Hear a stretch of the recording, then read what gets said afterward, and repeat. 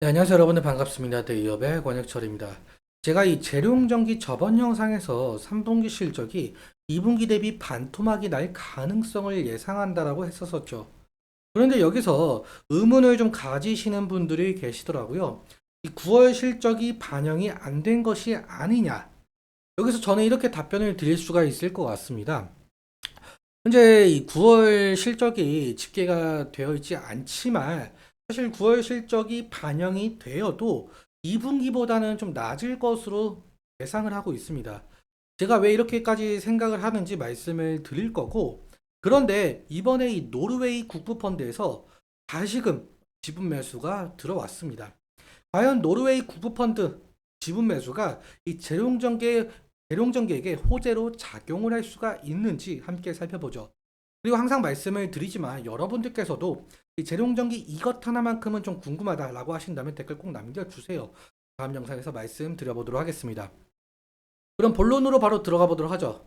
자, 먼저 제가 저번 영상에서 보여드린 수출 실적이에요.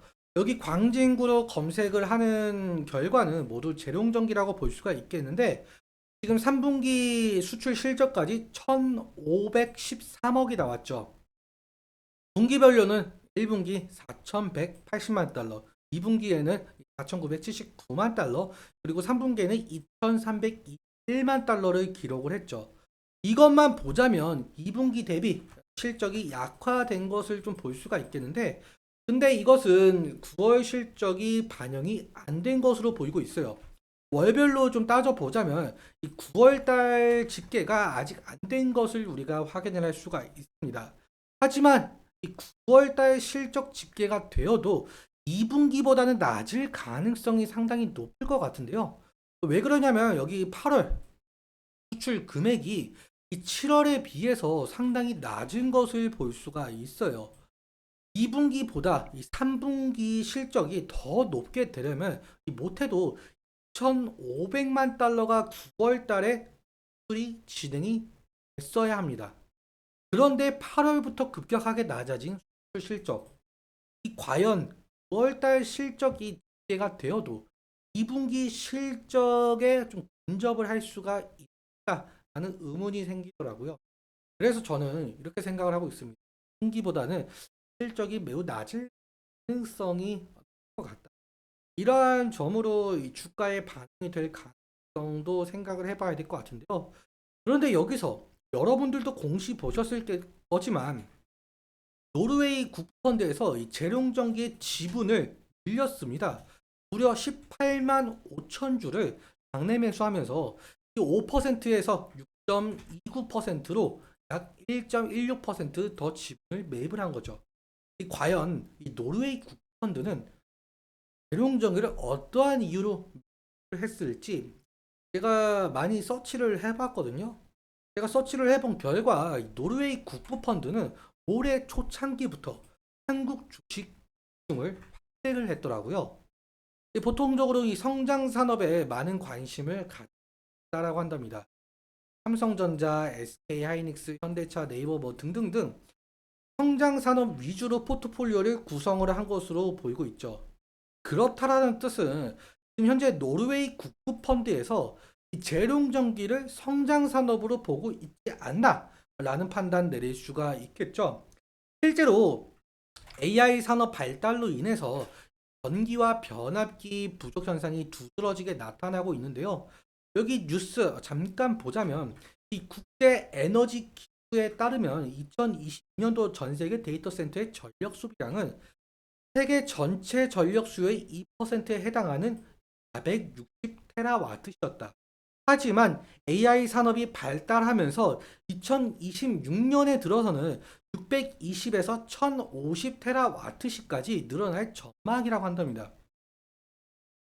그만큼 현재 AI 산업 발달로 인해서 이 전력 인프라만 구축하고 이에 따라서 이 전력기기 업체들의 성장성이 상당히 두드러지게 나타나고 있다는 점.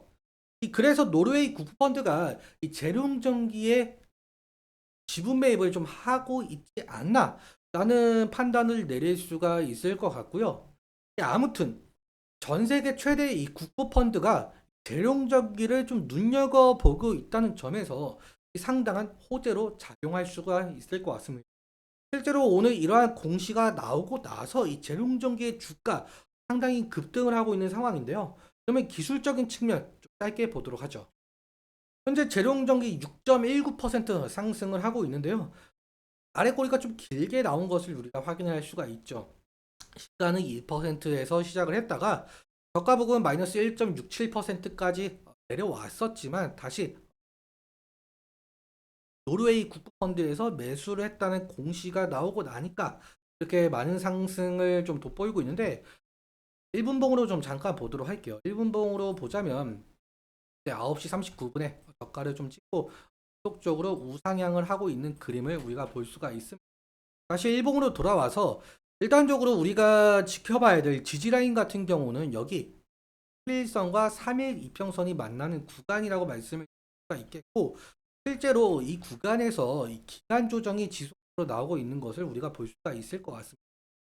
하지만 우리가 이 구간을 이탈하게 된다라고 한다면 다음 지지라인 같은 경우는 20일 이평선까지는 볼 수가 있겠는데요.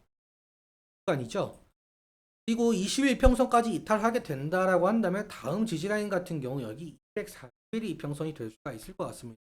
근데 20일 이평선과 이 240일 이평선 간의 이격도가 몇 퍼센트 차이 나는지 보자면 무려 마이너스 15%까지 차이가 납니다.